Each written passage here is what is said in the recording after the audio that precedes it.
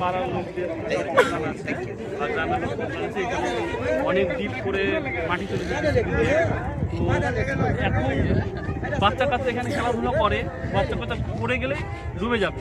এবং সামনে বর্ষা আসছে, বর্ষা আসলে যে জলটা এখানে প্রচন্ড ফোর্সে জলটা নামে, প্রচন্ড ফোর্সে জলটা নামে। তো জলটা যেদিক দিয়ে জল এই পাবে ড্রেন পাবে সেদিক দিয়েও জল নামবে। তো এই দিক দিয়ে যখন জলটা নামবে তখন কাটতে শুরু করবে। তো কাটতে শুরু করার ফলে এই যে বসতিটা উঠেছে এখানে কাটতে কাটতে আস্তে আস্তে গ্রামের দিকে প্রবেশ করবে। এই জন্য আমরা গ্রামের লোকরা এটা কমপ্লেন করেছি বন্ধ করার জন্য। তো স্থানীয় প্রশাসনও আমাদের বলেছে এবং হায়ার অথরিটি যাতে আমাদেরকে কথাটা শুনে তার জন্য আপনাদেরকে এখানে ডাকা হবে। এটা কি করতে পারে? গঙ্গা থেকে তুলে গঙ্গার পাড়ের রাস্তা করতে পারে? অবশ্যই উচিত নয়, কিন্তু কন্ট্রাক্টরকে আমরা বলেছি যাতে তারা নিজের অর্থায়নে বা যে নিজে বাইরে থেকে মাটি এনে করে, এটাই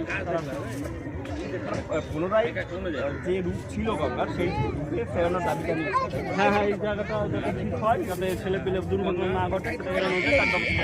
যেমন ছিল তেমন হ্যাঁ, আশা মন্দির এই এলাকার নাম কানুপুর।